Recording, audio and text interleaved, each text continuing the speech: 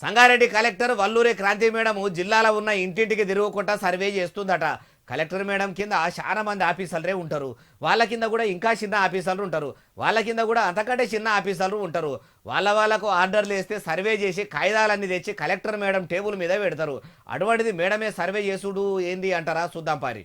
ఇట్లా ఆఫీసర్లు అందరినీ ఎండబెట్టుకుని సంగారెడ్డి జిల్లా కంది మండలం చిమ్నాపూర్ ఊరికి పోయింది. ఇంటింటికి తిరుగుకుంటా సర్వే చేస్తుంది. ఏం సర్వే అంటారా? చూడుండ్రి. కుటుంబంలో ఎవరెవరు ఉన్నారు?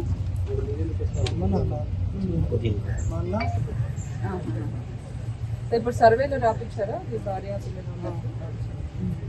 అగో చూసినరా, ఈ నెల 26 తారీఖు నాడు రైతు భరోసా పథకము, ఇందిరమ్మ ఆత్మీయ భరోసా పథకము, ఇందిరమ్మ ఇండ్లు, రేషన్ కార్డులు అందేతాటు చూస్తాము.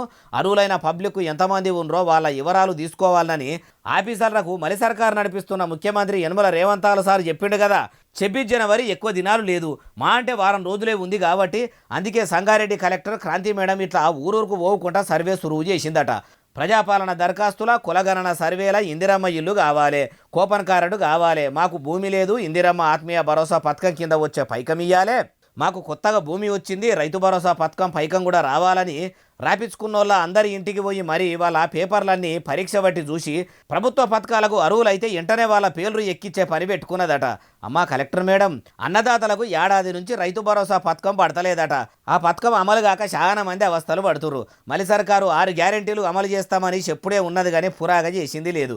ఎట్లనో సర్వే చేస్తురు కాబట్టి రుణమాఫీ కాన్ నుంచి రేషన్ కార్డుల దాకా అన్నిటి గురించి ప్రజలు నిలబడ్డ తావుల్నే అధికారులను నిలదీస్తురు. సర్వే చేయాలంటే సావు మరణం ఉంది, ఈ తేప తప్పక అమలు చేయండి మీరన్నా చెప్పుర్రి మేడము.